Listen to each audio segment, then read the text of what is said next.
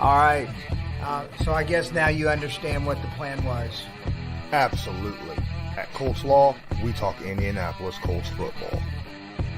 We're going to stick to what we know, fundamentals and technique, 1% better every day.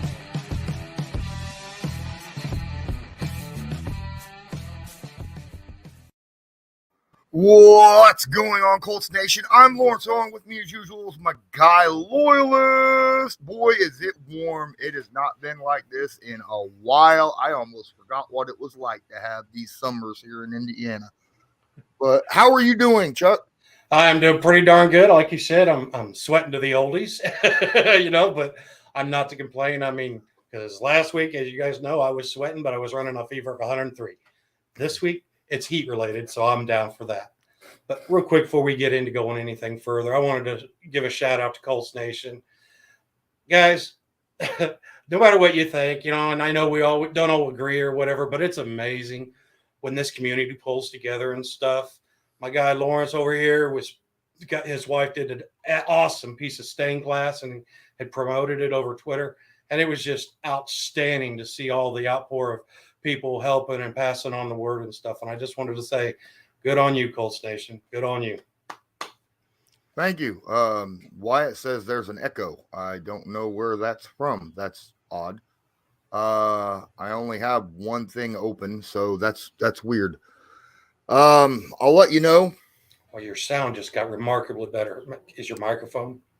No, I've got my mic settings there. I just moved it. So, guys, so I ran into a little bit of a financial issue. Had to spend basically this entire month's bills on an emergency bill. And as he said, I put up that tweet and on Facebook about that piece of stained glass, and right now the auction currently is over $300. So thank you so much, appreciate you guys. The auction ends tomorrow, and then I will be taking my wife has agreed to start taking individual orders. We got over 12 orders now for copies of that specific stained glass art of the Colts. It's this right here. If you guys haven't already seen it before, right? It's that right there. But $150 we got 12 orders for those.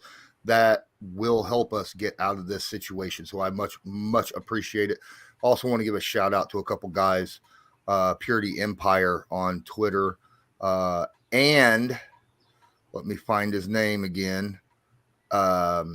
Almighty Evan over on Twitter as well. Both donated money to me to help with the cause. They couldn't afford to put a bid on that or make an order, but they did go out and just donated a little money to help me out. So I appreciate that very, very much. Guys, enough of that. Let's get in to the actual what we're here for, actual content, because that's what you guys are here for. Just let you know if you have any questions, comments, anything of that nature, and you want to make sure that that gets pulled up, or if you just want to donate to the channel to help the cause out, feel free to use that link in the description where it says tips, donations appreciated. Thank you so much. And please smash that like button. Helps with the analytics and get this out to more people, more views, more people sees it. That's awesome. So Chris Ballard, he's not stopping. I mean, we thought for sure after the draft was over with, we was looking at the roster, and I'm like, this looks like a pretty darn good roster, right? Pretty darn. And then next thing you know, we got a couple tight ends that are, granted, they're practice squad tight ends, but one of them was, I liked him a ton. I don't know I'm pretty sure that Loyalist did as well. Farrod Green. Yeah. He was released today along with Eli Wolf, but we did, and Malik Jefferson, the linebacker, and tackle Sean Coleman was released as well. However, the Indianapolis Colts signed former tackle of the Titans and the Green Bay Packers, and I think another place. He's a journeyman. Drafted by the Eagles in 2012. Exactly. Dennis Kelly. And believe it or not, he has performed admirably. He's a guy, he's not like, the tackles that we brought in over the last off season where we're like, yeah, this is a turnstile. Might as well just drop a traffic cone there and be that as it may. This guy actually plays pretty darn good. Even caught a touchdown for the Titans. I don't know if you guys remember seeing that, but he did. So he's a pretty decent tackle out there, and I believe that he'll probably end up being a swing tackle. A lot of people want to know, is he going to be, a left tackle? He mainly lines up at the right tackle position. So just let you know that. But what are your thoughts on these actions that Chris Ballard is taking right now with this roster? Well, to your point, everybody's been saying we need receivers help out here. We got a guy that's 100% on his catches, one target, one reception. But no, I like the pieces because, to your point, I hear and I've heard people refer to him as, oh, he's just another Tevy or another Davenport. And I'm like, no, I disagree with that a little bit because, yes, he's got that veteran journeyman type of career and stuff. But like you said, he has performed, I think, at a higher level, definitely higher level than Davenport.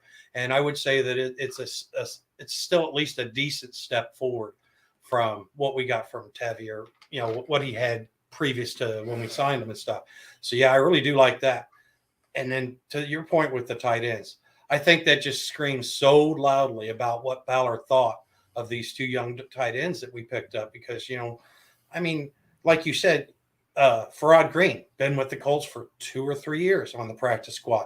During training camp, this is one of the guys you see out there really doing all of it, doing that filling that Jack Doyle role, blocking and going out and stuff. So, like I said, that right there, when I seen that stood out more to me than the tackles because it just really showed me that the Colts are really, really, super hyped about these two young men that they picked up in the draft. Well, the Indianapolis Colts, they drafted one of the tight ends that they drafted is a daggone monster, right? Mm-hmm. But Farrod Green's no little guy. He's kind of very similar build to a Mo Alley Cox as well.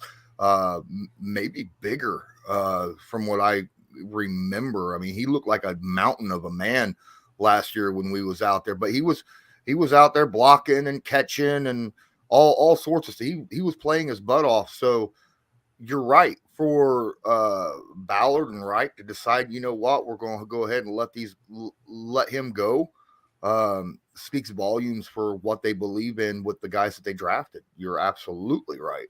And then with the tackle, I just want to point out with that tackle, we brought him in and whether you're on board with Matt Pryor as the starting left tackle or whether you think Ryman's going to come in and take that job or whatever. The way I look at this is sort of that security blanket that we've been talking about because not to mention, you got all the injuries and stuff that you might have to prepare for the best that you can, before the season starts.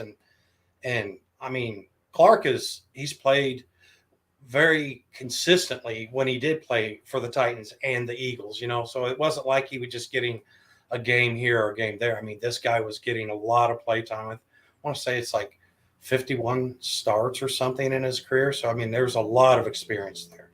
Absolutely. And I don't think Ballard's done. I think he's still going to continue, especially as preseason rolls along and you start seeing cuts happen. I think there's going to be scheme fits that Ballard's going to be like, I think we could take a chance on this guy, right? Mm-hmm. Very similar to Kiki Kuti last offseason, right? He was let go by the Texans. And we all remember Kiki out there just wiping the floor with our secondary a few times, in the past. And Ballard's like, I need me some of that. I wouldn't mind having doing that. Echo. Okay. Wyatt says the echo was on his end. I had me on Twitter and YouTube at the same time. Okay, good. But yeah, there's absolutely Chris Ballard has been doing a fantastic job just going out and getting, and it's not this is weird. Like last year, there was a situation like our depth was really tested throughout the season, whether it was injuries, whether it was COVID, whatever. And it was severely tested throughout the season. And Chris Ballard looks like he's like deciding, you know what? I'm not going through that again. If a guy goes down, the next guy that comes in, I already have faith in the guy that's going to go in. I'm not going to be like, well, hopefully he could prove something here. No, he's already going to see it. You know, he's already going to have faith that it's going to happen. Speaking of Ballard and his staff, the Colts have an area scout that I believe is being interviewed by another team for a higher position, like the head of scouting. Okay. So not general manager, but like the head of scouting, where he's an area scout for us. So that tells you right there. I mean, we talk about, you know, a lot of our guys. Morocco Brown is being interviewed, you know, for a GM position. Again, this late in the season, right? And we talk about how Chris Ballard and his group is constantly, you know, being idolized over the rest of the NFL. And you know that's true when you're getting even the lowest people on your scout team being interviewed to move up. So hats off to them. I hate losing anybody, but if they get a job at a higher position that they want to take, man, kudos to them, because they absolutely deserve it. The way that they've been out there scouting and looking at the talent for Ballard and the rest of his staff to go out there and draft from the college ranks. Yeah, and I love that because, like you said, this is a collective. This isn't all Ballard. I mean, I know he's the one that turns the card in and stuff, but I mean, these you watch with the next pick and everything. And by the way, awesome final episode. If you guys haven't checked it out, check it out. It really ties a nice little bow on the draft this year. But these guys are just a very well organized unit. You know what I mean? And like you said, they're getting looks from all different levels. And I love what they've done with this roster, because this year I feel like the ceiling has been raised. You know, I mean, you sit there and you look at, okay, we lost Rocky Sin, but then we brought in, Gilly Lock, and then, well, no, I'm talking about just as far as replacing the position. Yeah. So we got in Gilly Lock there, like you said, our pass rush has gotten better, but now Ballard has also increased the floor. You know what I mean? Like we were talking about with Kelly here, or Ryman, or, some of these draft picks. I just feel like the floor where these guys are starting is going to be a much higher starting point than what it has been in the last couple of years. Oh yeah, definitely. I feel that way as well. And like I said, Ballard is not going to, put a worry on, the depth anymore. Go look at it. Look what he's really overturned. The only position he really hasn't overturned is like hardcore is wide receiver, running back. Now, running back, didn't expect anything to happen in that this year. What are they going to do? Go get another Jonathan Taylor? I mean, come on now. And wide receiver, they have straight up said that the talent level there is a lot higher than what, national media and fans are seeing, that they see it in practice on a daily basis. And I'm not going to disagree with it. I liked a lot of what I saw last year, especially potential wise.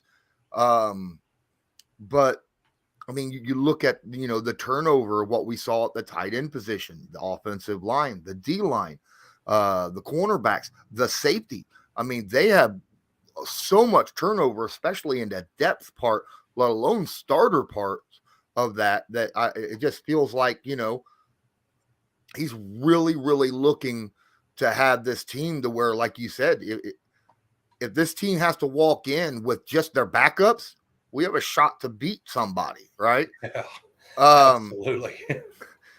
Bring the juice. What's up? Appreciate you. Truett Tressler. Thanks for being here. Gary Thompson, obviously, John Davis, Wyatt, I already talked about earlier, Jeff Cena. Guys, appreciate each and every one of you. Please don't forget to smash that like button. Nomadic Brian, appreciate you as well. He says that field key positions, depth, got a leader at the quarterback, young potential talent. I can't see the collapse late in the game on defense like last year. Now, the collapses of defense was more along the lines, it depends upon what game you're looking at, right? If you're looking at like the Ravens, that had a lot to do with the fact that the Colts just didn't have the bodies to put out there because of the injuries that they had on defense. But then you go and you look at some of the other games and you're like, this is because a certain defensive coordinator decided, you know what, we're going to go prevent late in the third quarter and allow teams to come back, right? And I don't think that Gus Bradley is going to do that. But hopefully from what I'm seeing, again, there's a lot of guys that are kind of counted out at time, like Paris Campbell. I didn't even know Paris Campbell had his own YouTube channel, guys. Oh. I didn't even know it. He does. Oh, he does. He been watching that YouTube channel, and that's where I started this year. That's where I got my original. You know what? I'm not even gonna second guess this guy because he is so locked in, and like you said, his why has just gotten bigger this year with the birth of his second child and stuff. And I mean, Paris Campbell has always been a very classy, very respectable young man. That's not my point, but man, I mean, he just seeing those videos and watching and hearing his journey. I mean, and the fact that he just recently went and had another little procedure done. It's like, this young man is not giving up. He's not giving up. So why should we? Yeah. I mean, we all want Paris to be healthy. I mean, a healthy Paris is good for everybody. I mean, everybody. Well, except whoever we're playing against. But you know, when it comes to Colts Nation, you know, that there's a lot of Colts fans that have just given up on him. You know, they even say he shouldn't even be, you know, taking a roster spot. Let him go. He's a second round pick. He's like $2 million. It's worth taking the chance. I personally am rooting for him, but I'm not making predictions. Not like I did last year because I've been burnt 3 years in a row by him. I still say that if he's healthy, the man's going to put up some points and some like big numbers if he stays healthy. He's just got to prove that he can. You know, that's all I'm worried about. Yeah, and it's not his toughness. It really isn't. The stuff that he's dealing with is just freak injuries. I mean, you know, we sat there and we watched that touchdown play last year from Carson Wentz that he got hurt on. You know, well, you find out afterwards that he felt that thing snap immediately, but yet he's still, I mean, I didn't even notice anything, you know, I mean, just because of his pain threshold and just the fact that he was, you know, whether it was through the celebratory, you know, endorphins and stuff because of scoring a touchdown or whatever. But yeah, he said he felt it right away, but he still, you know, pushed through and everything.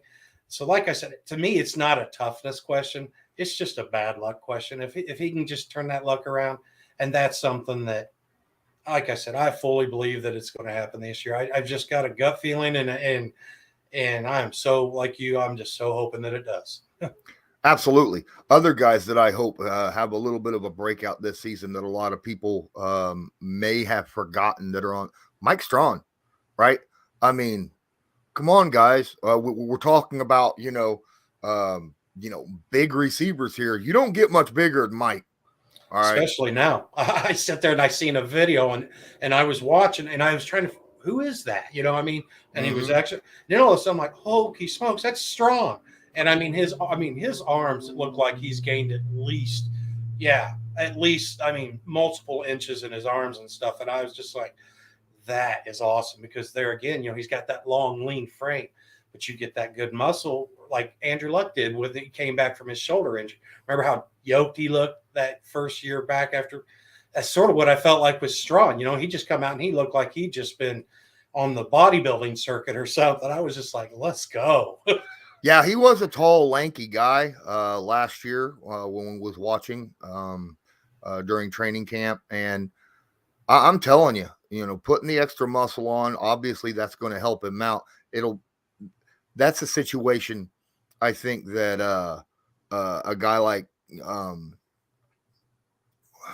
Michael Pittman Jr. could help him out, teach him how to use his body to, block guys out, because that's what Michael's all about. And then we talked about, his route running and hand situation. Well, if Reggie Wayne can't help you there, nobody can. So I'm on the lookout for Mike Strawn. Do I think he's going to take the number 2 spot on the roster at the wide receiver? Probably not. But I mean, for one thing, I mean, he was a late round pick, right? Mm-hmm. But for another, I feel like if healthy, this is a really good wide receiving core. If healthy, right? It talent wise, what we see out there, I really do believe that some of these guys could really turn out some really big numbers. Would it happen? Because I still maybe not as big as what a lot of people want, because I still have a feeling that we're still going to be a very run centric team. Because let's face it, we've got Jonathan Taylor and Naheem Hines back there, and we got some really good run blocking guys on the offensive line, but that'll help a ton, right?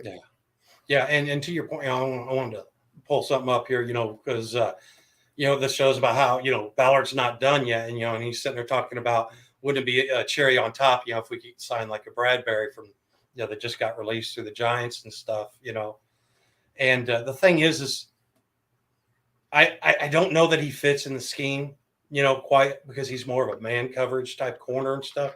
But there again, it's nice to know Ballard. It's already been reported that they are kicking the tires or looking into, because they did earlier, but they just weren't in the trade market that they wanted. And now that he's been released, it's like, I understand why everybody wants Bradbury, because that is a little bit of concern when you look at proven talent at the cornerback position.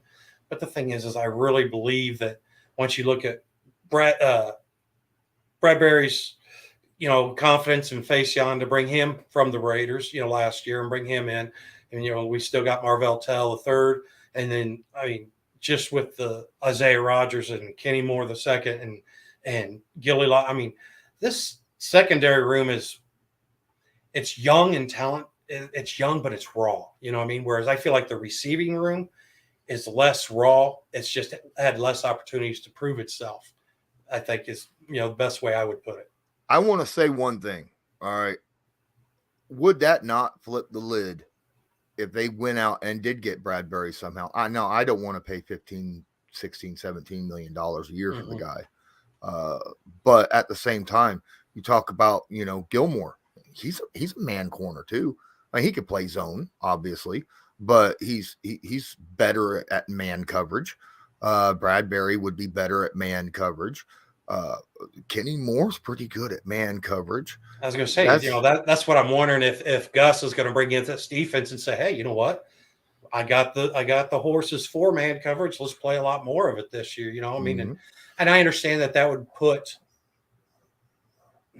a different skill set for Isaiah Rodgers and Marvell Tell III, and the I'm assuming Faison is pretty comfortable with both, from what I understand. Go ahead.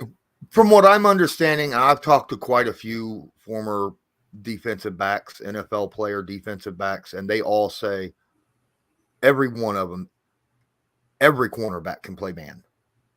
Every cornerback can play man and would prefer to play man because it's easier.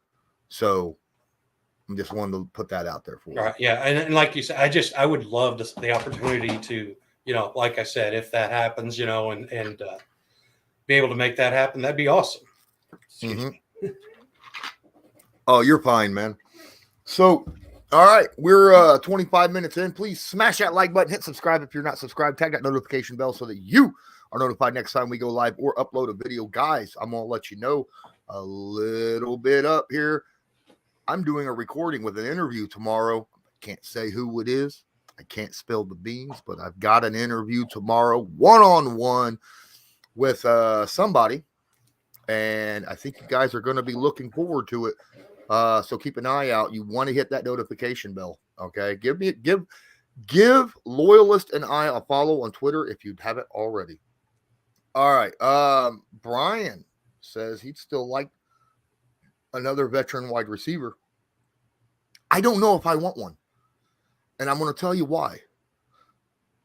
A veteran wide receiver would take snaps away from the youth that we have that need the experience.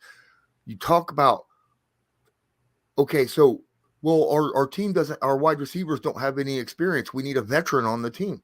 Well, the only way to get experience is to give them their snaps. And if you put a veteran on there because, you want the veteran presence, you're taking those snaps away from those young guys. I've been saying this for a couple years now. And, you need veteran presence. Sure. I got a feeling, hey, I think that's what Reggie Wayne's for, right? There's not a better veteran, guy that wide receivers could look up to and kind of get the understanding of what they can learn from a veteran guy than Reggie Wayne himself. So let these young guys go out there, get the snaps and try to prove themselves. Let the cream rise to the top rather than holding it down by constantly dropping extra stuff on top of it. Like, more veteran guys. That's just my thought. And I agree completely because, I mean, I don't know if you remember, but at the beginning of the offseason, I was like, I wanted to get a receiver in here, but I wanted it to be one of those, Allen Robinson, higher tier type wide receivers that you knew were going to be your number 1B or 1A type thing.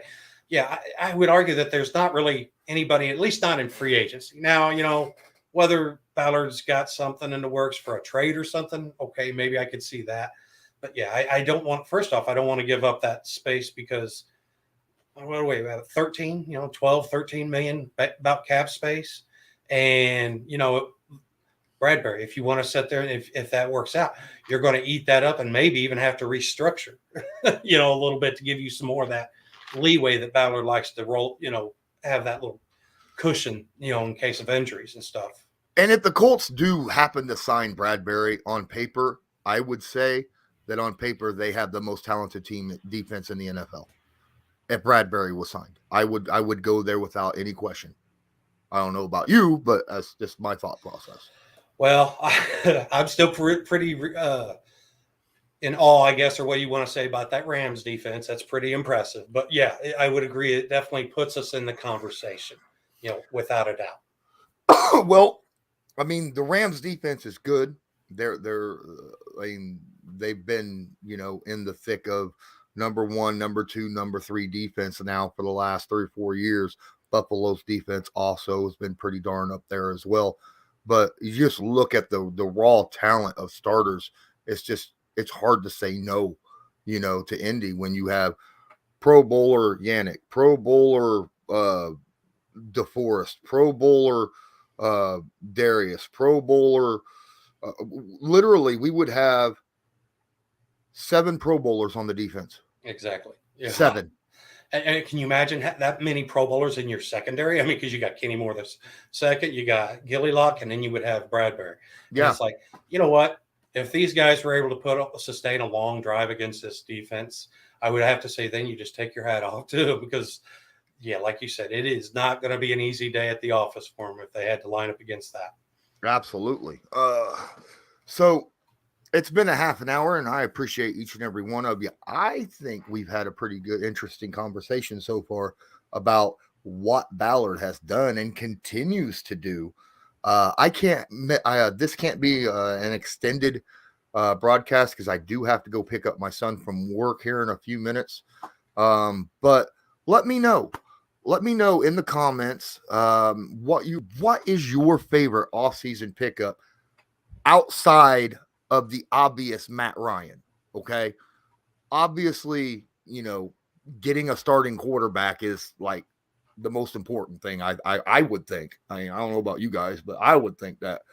But outside of that, what's your absolute favorite offseason pickup thus far?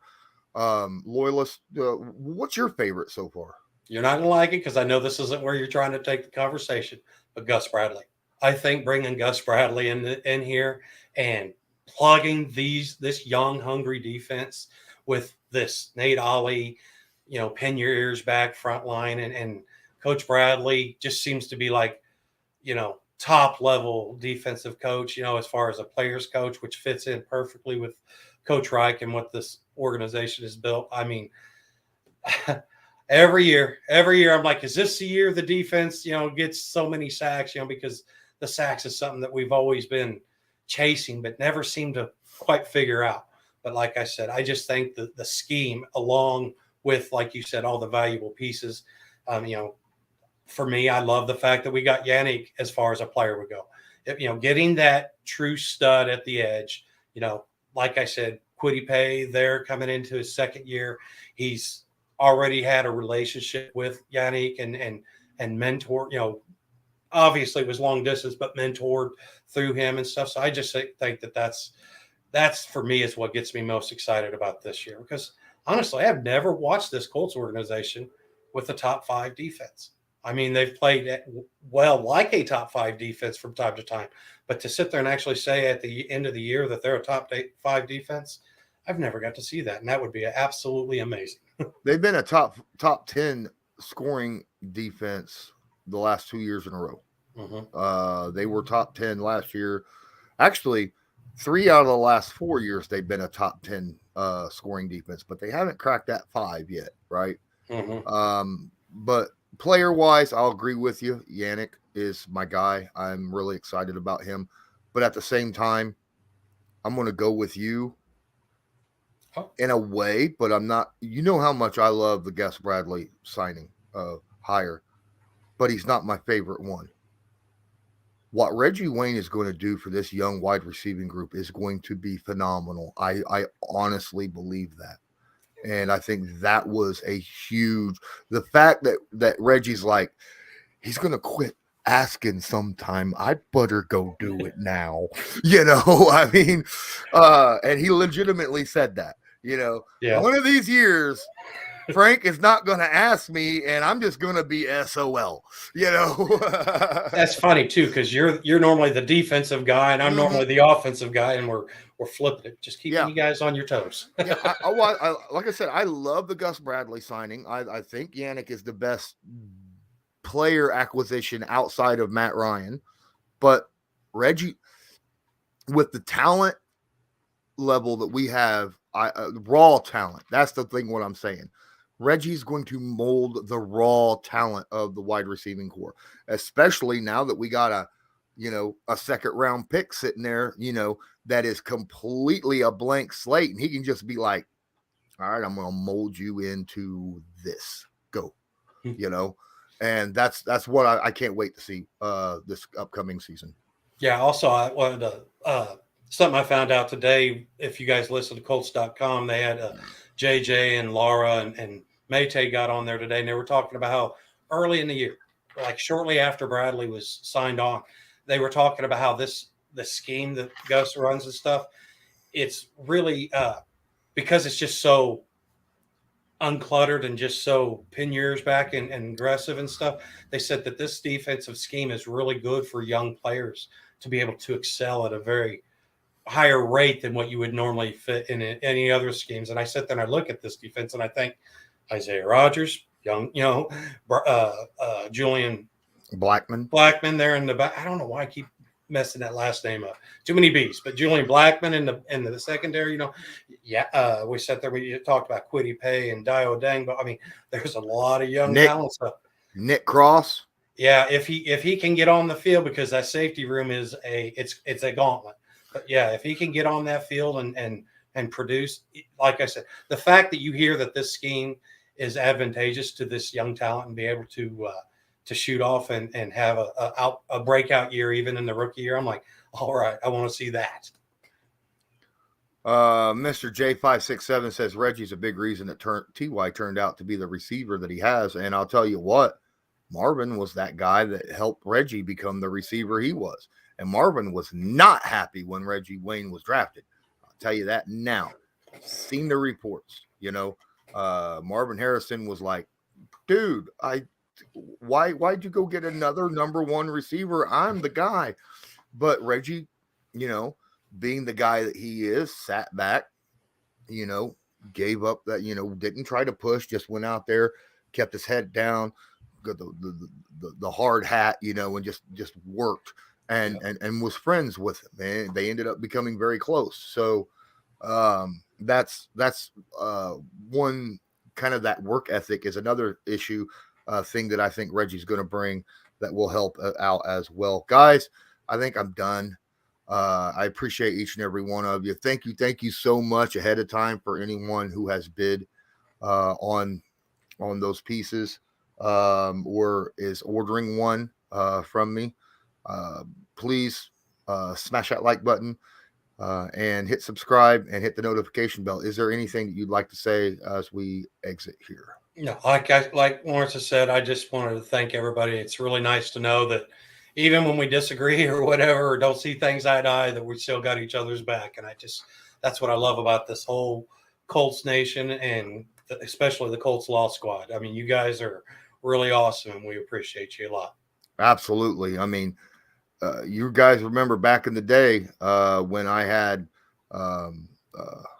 DeQuell Jackson as my co-host, and we went live a few times, and he said, man, the guys that come in that follow you are very, very knowledgeable and smart and respectful, even though they have differences of opinion sometimes, they're still respectful about it. And that just goes to show the kind of people that I have here. So thank you so much for being who you are. And until next time, as usual, I didn't even drop an ad this stream. Wow. Right. But thanks so much, guys. Until next time, I'm Lawrence Owen. That's Colts Loyalist. And as usual, have a good one.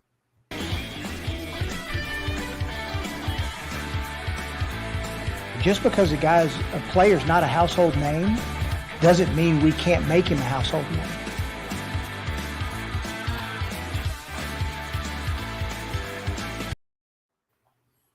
I'm wondering how many of these my wife can put, make in a week.